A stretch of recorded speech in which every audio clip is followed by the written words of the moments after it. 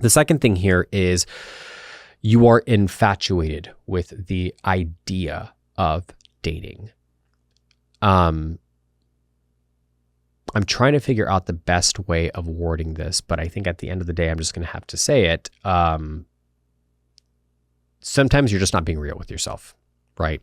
And it's very easy for us to fantasize about what a relationship would look like because of what we see on television and movies and social media and all of these things. Like even on social media, for example, on TikTok and Instagram, you see all of these couples that are showing their relationships and they're living the most incredible relationships. They are traveling to Bali every other weekend. They're going to these really cool going on these really cool little adventures. They're always incredibly romantic with one another and physically intimate and all of those things. And it's not to say that none of those things exist, because they do. But you're seeing all of that in a very consolidated version on a screen, and it's not in real time. Most of the time, the way these relationships are depicted are edited. They're not super real. And most of the time, these couples end up breaking up after 6 months to a year.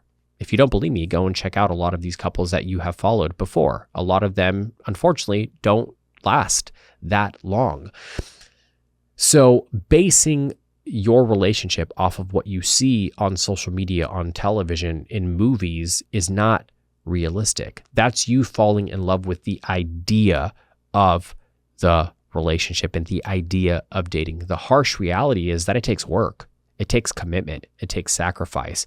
It takes the ability to be patient, to be compassionate, understanding, empathetic, to put your own personal views and shit aside in order to be able to hear out your partner's views.